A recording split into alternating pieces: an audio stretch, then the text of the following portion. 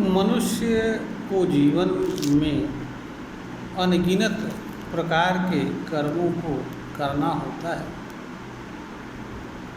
कोई मनुष्य ऐसा नहीं होता है जो हर कर्मों को जान एवं समझ सकता है और जान और समझ करके उनके अनुसार जीवन यापन करे।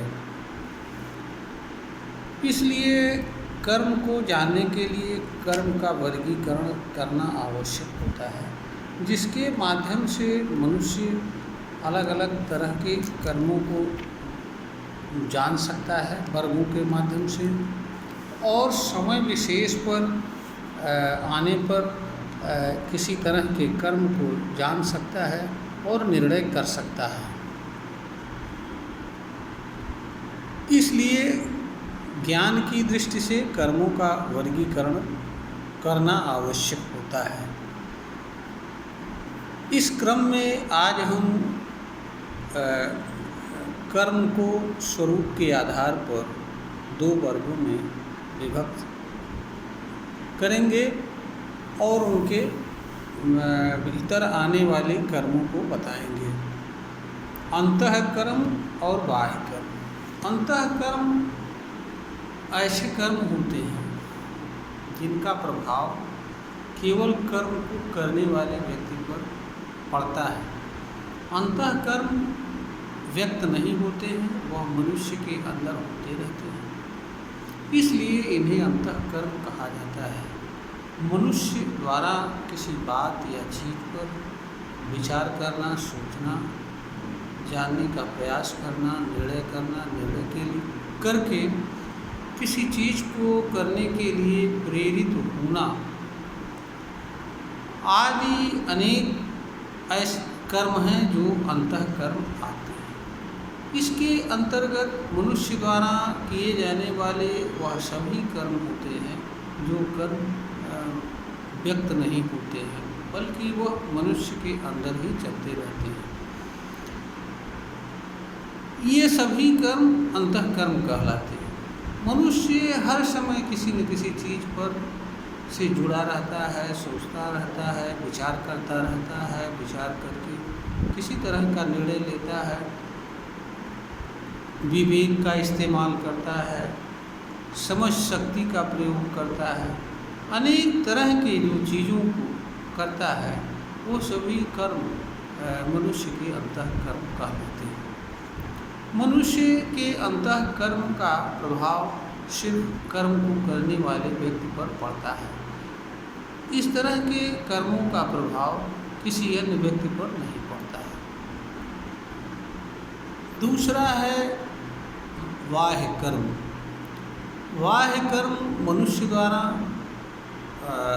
अपने शरीर के बाहरी अंगों के माध्यम से संपन्न होता है। खेलना, कूदना, दौड़ना, लिखना, पढ़ना, बोलना, अभिव्यक्ति, सोना, जागना, उठना, बैठना आदि सभी चीज़ें बाह्य कर्म कहलाते हैं। मनुष्य के जो बाह्य कर्म होते हैं उनका प्रभाव कर्म के करने वाले व्यक्ति पर पड़ता है। इसके अतिरिक्त कर्म के संपर्क में जो लोग आते हैं उन सभी लोगों पर पड़ता है। बाहरी कर्म का प्रभाव समाज पर पड़ता है, क्योंकि मनुष्य एक सामाजिक प्राणी होता है। मनुष्य के कर्म के संपर्क में आने वाले विभिन्न प्रकार के वर्ग, जाति, समुदाय पर भी पड़ता है। मनुष्य का बाहरी कर्म जहाँ जहाँ किसी भी रूप में जाता है उसके प्रभाव के संपर्क में जो भी आते हैं उन पर उसका प्रभाव पड़ता है। मनुष्य का बाहरी कर्म बृहद रूप में प्रकृति एवं उसमें विद्यमान चीज़ों पर भी पड़ता है। प्रकृति में अनेक प्रकार के प्रदूषण इसके उदाहरण हैं। तो जहाँ तक कर्म की बात है, कर्म का मनुष्य के जीवन से हर समय किसी न किसी रूप में नाता होता है।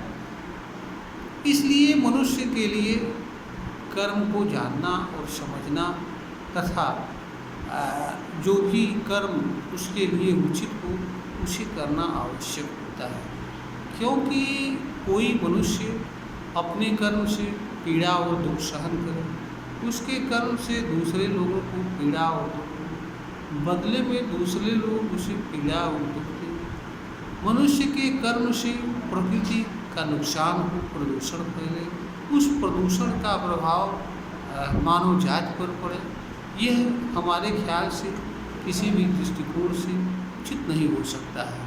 इसलिए मनुष्य को के लिए यह आवश्यक होता है कि वह कर्म का सम्यक ज्ञान रखे और जो कर्म उसके लिए आवश्यक हो, उचित हो, कल्याणकारी हो, उसे करे। यह वीडियो ज्ञानवर्धन हेतु बनाई गई है। श्रोता को अगर ज्ञानवर्धन के योग्य प्रतीत हो तो इसे लाइक करें, शेयर करें और सब्सक्राइब करें।